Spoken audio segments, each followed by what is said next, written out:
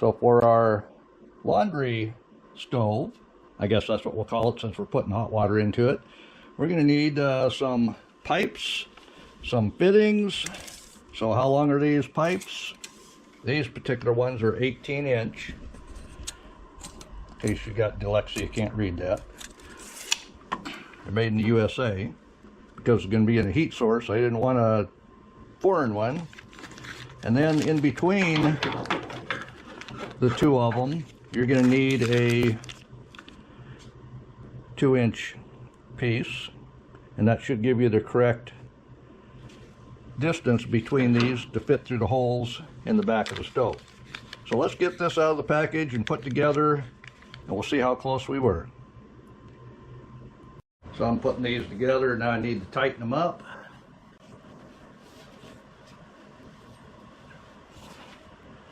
That's pretty tight. Let's check the distance there. There we go. Sticks through to the other end. Let me show you. So you can see there, they stick through, and you've noticed I put extra threads on here. I had them do that at the store. Much easier unless you have some kind of a pipe machine. But what is that for? Well, let me show you.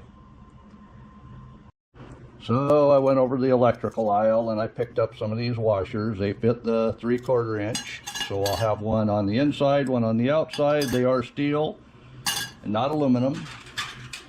And then we've got the 3/4 inch electrical section once again. These are steel, they're not galvanized. And one will go on the inside with the washer, and the other one will go on the outside with the washer. So let me show you. So you see I have two of the nuts on. Then we'll put on the washer. We'll go ahead and stick that in the stove. Put the other washers on. And then a nut on the to hold it inside the stove. And we still have to have room to put a 90 on or a female to female, so you're able to continue on with your pipe. This piece here is only ever meant to be the burner part where it heats up inside the stove. That's why it's black iron pipe. All right, so we'll get this down in here through the holes.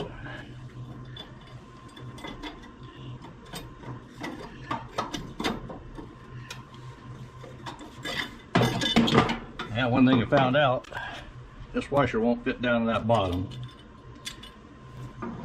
It's just too tight a clearance. And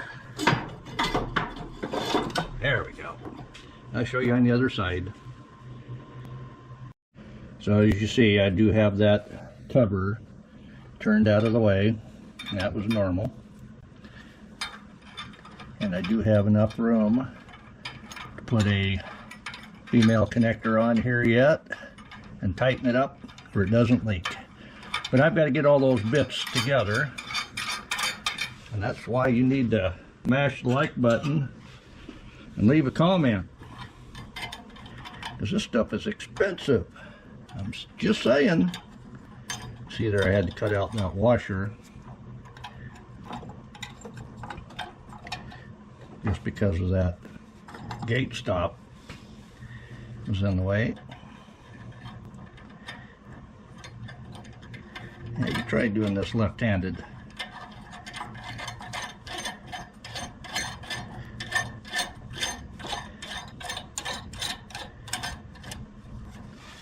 Alright. So the tank I put in here, the bottom of it has to be just above the cold water inlet here. So it'll come out and tee up and into the bottom of the tank that I've got to figure out yet. And we're just going to have a no pressure system. So basically you'll fill the top of that tank, let the cold water go in the bottom, have the hot water come up to the top of the tank and back in, and let that full tank warm up, probably with just one load of wood is all it'll take. And that'll heat up the water enough for a wash. And that makes this a wash stove. Isn't that neat? So this is off the internet. You can buy this loop for your wood cook stove or your laundry stove. I don't know what the dimensions between here are, but this is stainless, and you see it comes with washers and nuts, and this one comes with a pressure relief because they figure you're going to put it in a pressurized system. I'm not doing that. And I have a couple of examples here. These are pressurized systems, but it'll give you an idea of what I'm doing. I've got to come up with a tank yet, and the cold water goes into the bottom of the coil and comes out as hot water to the top of the tank. All the stuff up here, the yik yak and smickety smack, the stuff I won't have because I'm just going to put water in the top of the tank and it'll be open to the air, no pressure. A lot safer that way. And this is a better representation of that whole thing as well, but this is still a pressurized system. So they have cold water coming in and to from the bottom, going through the coils in the stove. The hot water's on top and it plumbs back into the top, and then they take their hot water off of the top of the tank. So that's a pressurized system. What I need to do is heat up all of this water, have a valve not on the bottom of the tank but near the bottom, so this whole thing will need to heat up, and when I use the water level will drop. So basically it's taking whatever temperature that tank is and putting it into the washing machine for a hot water wash. So until I get a tank, we're just going to have to go with showing you how that washing machine works. I hope that's all right with you. And you wonder where I'm going with all of this. Why would I want a Wringer washer when a automatic washer is so much better? Well, having a old washing machine that has no controls at all, I can put any motor I want in that washing machine, including a DC motor. And if I have a DC motor, I can run that off of a battery and solar system. So if you're off grid somewhere and what you have is standard 12 or 24 volt generating system with solar, you could run that washing machine without trying to figure out all the electronics to make a new version that's all automatic work. Does that sound like a good plan? Is that something that you might try to go towards? Let's figure this out. So like I promised, I wanted to talk to you about this little Wringer washer here. It's a Wizard. The Wizard was made by Western Auto. And if you're around in the 60s, you knew Western Auto as being the most inexpensive place to buy anything. Everything from tires to washing machines. That's right. This is the bottom of the line, but it works. And one thing you needed with the Wringer washer was a wash sink. So basically that's what this is here. I use my sawmill wood. That's some cedar pieces, bits and pieces I had laying around. Made a very nice cover for around that wash sink. And the one thing about the Wizard, they didn't spend extra money for on and off switches, timers, nothing. These didn't come with timers, by the way. So you had to plug it in to turn it on and unplug it to turn it off. Let me show you.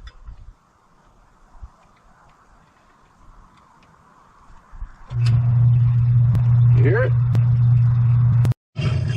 So as you can see, it's agitating. I guess that means it's agitated. And since we're in here closer, we can run the Wringer as well.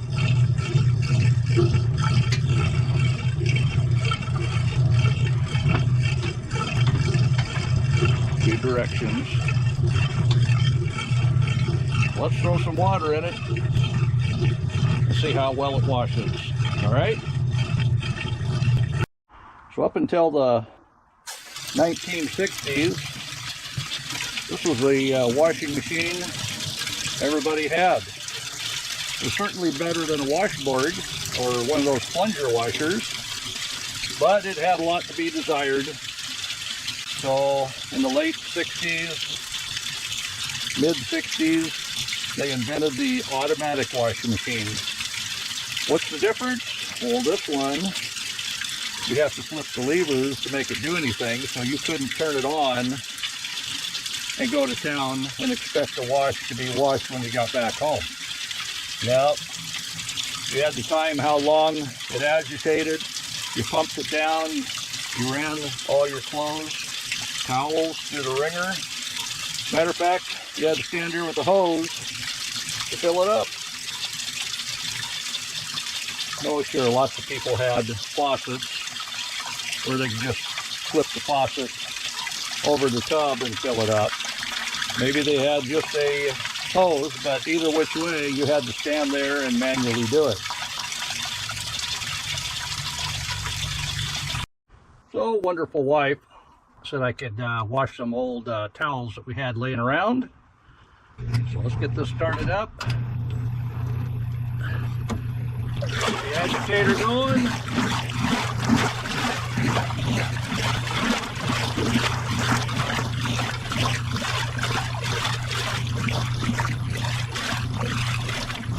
And we're going to need some soap.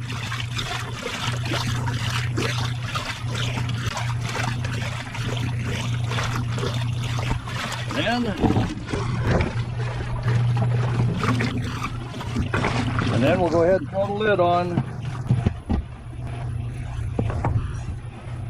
and let that sit there and agitate for 15 minutes. So while that washes for 15 minutes, I'll show you what we do with the laundry sink. And I have a pipe here that we shaped so it'll fit in that drain. So the first soapy water will go down the drain. And then I'll put this in, and it's a nice tight fit.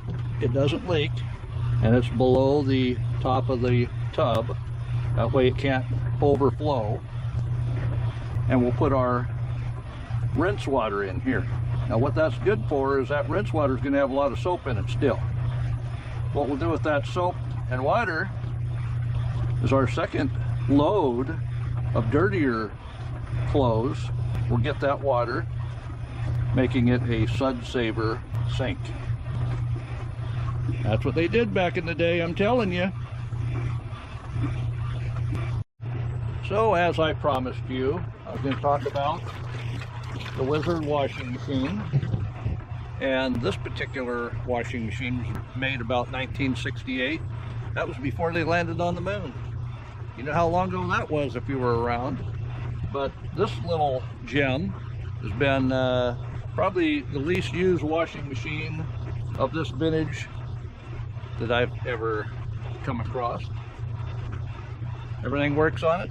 When I bought it, they told me the pump didn't work. Well, being a appliance repairman at one time, on my own time, I laid it over when I had it on the hand truck, and the pump was stuck. So rotating the pump actually made the pump work again. I'll show you. But the functions, this is a manual washing machine. It doesn't do anything until you flip a lever, just like a standard transmission on a car. It's not automatic at all. So the clothes have been in there 15 minutes now. Well, it's actually towels, but that's all right. We'll call it what we want. So we're going to stop agitating, and we're going to turn the pump on. And you can see the water is pumping out nicely. That's the dirty, soapy water. This lid is a integral part of the washing system. I'll show you how all that works. But while we're draining, we can go ahead and use the wringer. Let me get you set up here and I'll show you.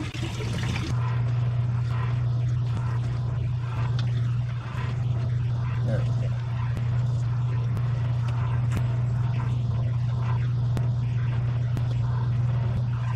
Yeah, how many of you know somebody that says they got their arm up inside one of them wringers? I just happen to know 2 people that happened to. But the wringer does not get it out near as well as a spin cycle on a modern washing machine. You see that water rolling off there the second time. I'll go ahead and throw this one through again as well. We don't really need to worry about getting it all out until we're ready to put it on the clothesline. You see the water that it pushes out. And you can see here what the lid is good for, holding that laundry off the ground, out of the sink, place to stash it while you're getting the load set.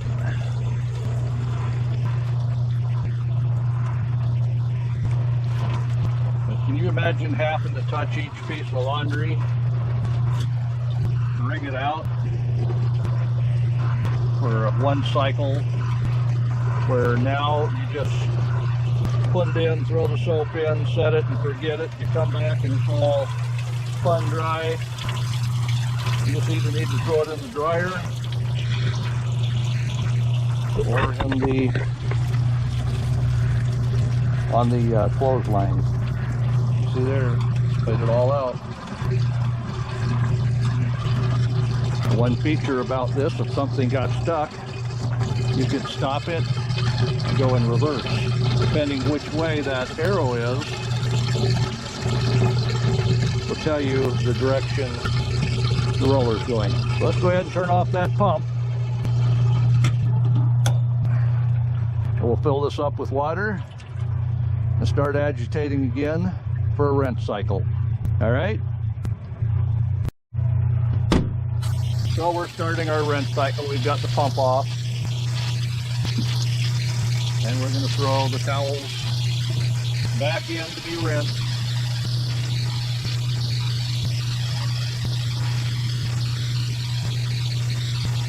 And when I have this hooked up to that laundry stove, I'll have hot water. Won't that be nice?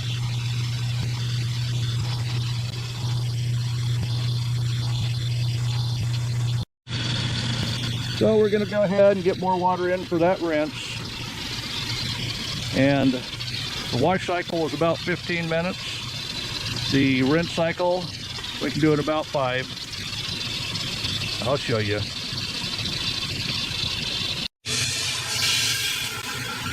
Well, that looks like enough water for a rinse. So we'll go ahead and throw it into agitation mode again and agitate it. We'll throw that lid back on because it does splash. So while that is washing on its second wash, which is a rinse, we'll put this in. This will control how high the rinse water goes, and we can use this water for our next load of wash. So if we're going to rinse this twice, we'll save the suds and water from this wash, and then a third basically wash, which would be a rinse cycle, we'll go ahead and let go down the drain. All right, I'll show you. All right, we're ready to drain that. So we'll go ahead and flip the pump on. And you can see it's filling up that tub. And it shouldn't overfill it because the tube is lower than the top of the tub. All right. And I'll get you set up here and we'll go ahead and wring those clothes again. Well, them towels.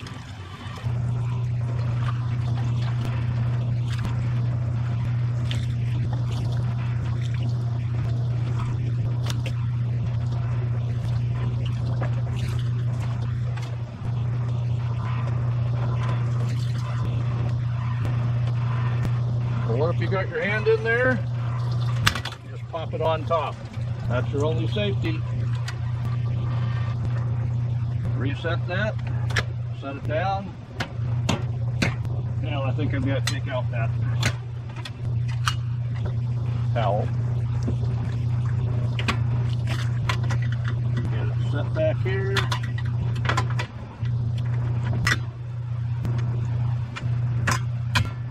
Now we're set up again, ready to rock and roll. I know, it was worrying you. What do I do? What do I do?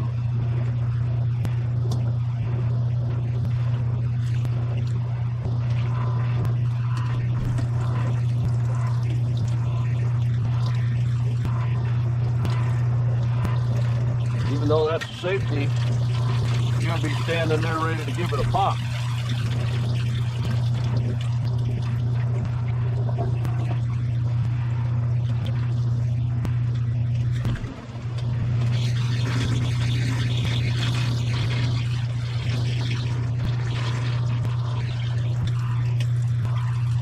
See, all you have to do is throw it at it. You don't have to get your fingers in there.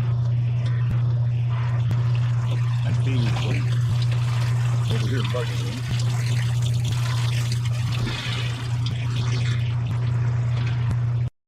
So as you can see,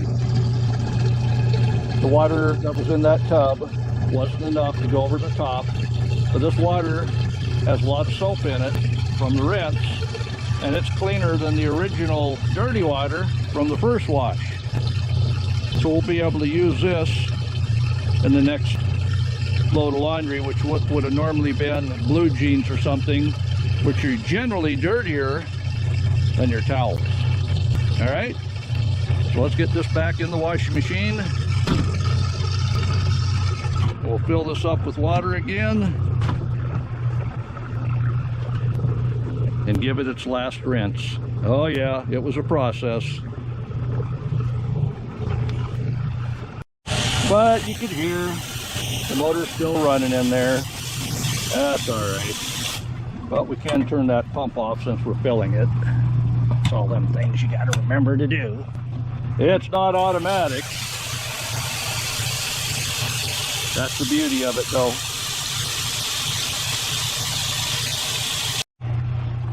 So as you see here, there's not a whole lot of water in here to fill that up past. So this is our final rinse. I can go ahead and let that fill that up the rest of the way for a little bit more water for our next wash. Now let's do that. The rest will go down the drain so it doesn't overfill. Turn the pump on.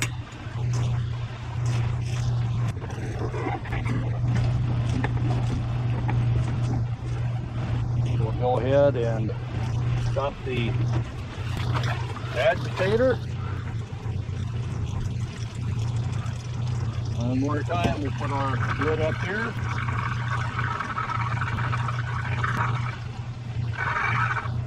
Keep an eye on it. It hasn't overflowed yet. But we'll go ahead and give this a double ring. So we'll put it through twice. And then it's going on the clothesline.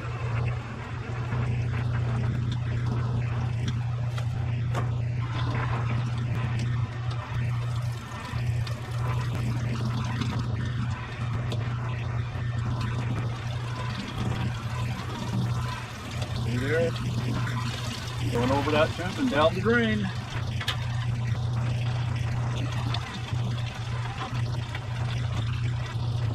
How much more water we can get out of this. Fold it over one more time. Oh yeah, look at that water roll off of there. You thought that was good and ringed? It did. That's why they don't use a wringer washer with a modern style dryer. Because you'd swear something's wrong with your dryer, taking twice as long to get that clothes dry. Look at that. Still got water coming out of it.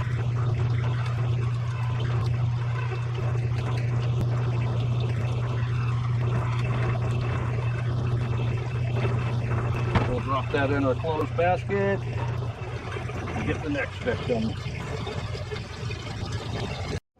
So you see how much soap there is from that second rinse, and we got a full tub to be able to put in there. But let's go take a look at the clothes, well, the towels anyway, that are on the clothesline. All right, so there you go. If the sun was out and it was a nice breezy day, those towels would be dried in 2 or 3 hours. If you ran it through a regular washing machine where it spun the water out, it'd probably take about 20 minutes to be dried. But this was an improvement over the rock down at the stream, where you didn't have to hand wring it out and throw it over some tall grass to let it dry.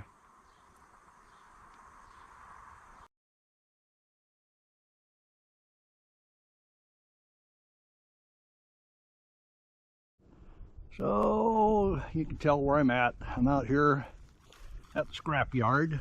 What? You don't have a scrap yard?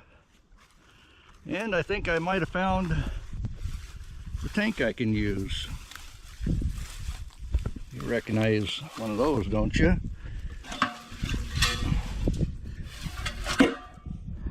I can come right out of the bottom there, fill it in the top. Yeah, this is a retired keg.